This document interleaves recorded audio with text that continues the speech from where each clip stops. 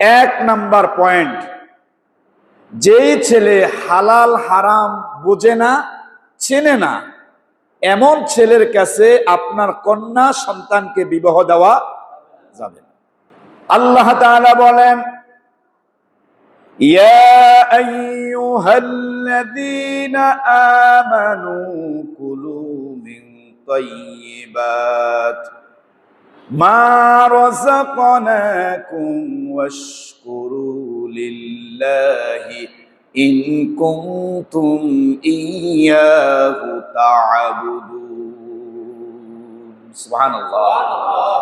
আল্লাহ পাক মুমিনদেরকে লক্ষ্য করে ডেকে বলছেন, ইয়া আইয়ুহাল্লাযীনা আমানু, হে ঈমানদারগণ, কুলু মিন তাইয়্যিবাত, আমি যে তোমাদেরকে পবিত্র রিজিক দিয়েছি, এই রিজিক আহার করো, খাও।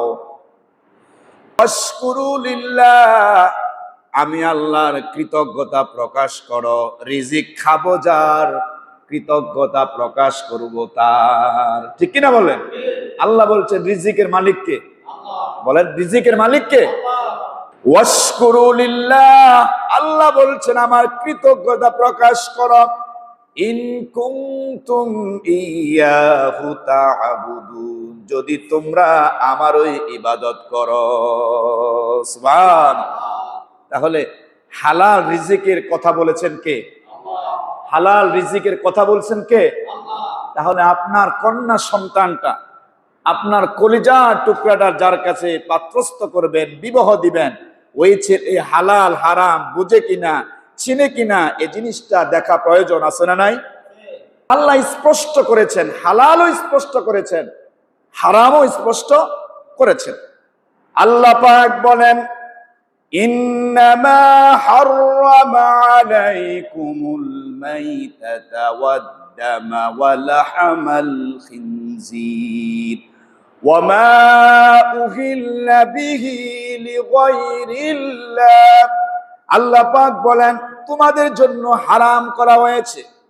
আল্লাহ বলছেন ইন্নামা হাররামা আলাইকুমুল মাইতাতা ওয়াদ-দামা ওয়া লাহমাল খিনজির ওয়া মা উহিল্লা বিহি লিগাইরিল্লাহ।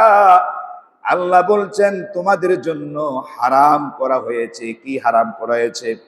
এক নাম্বার আল্লাহ বলছেন মৃত প্রাণী, রক্ত, শূকরের মাংস এবং যা আল্লাহর নাম ছাড়া অন্য কোন নামে জবাই করা হয়, উৎসর্গ করা হয়, এমন জিনিস তোমাদের জন্য হারাম করছেন কে?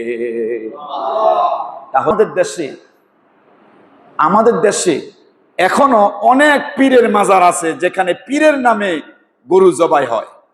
কথা বলেন, এখনো এই দেশে এমন বহু পীরের মাজার আছে যেখানে পীরের নামে বকরি জবাই হয়, তারপরে মহিষ জবাই হয়, গরু জবাই হয়।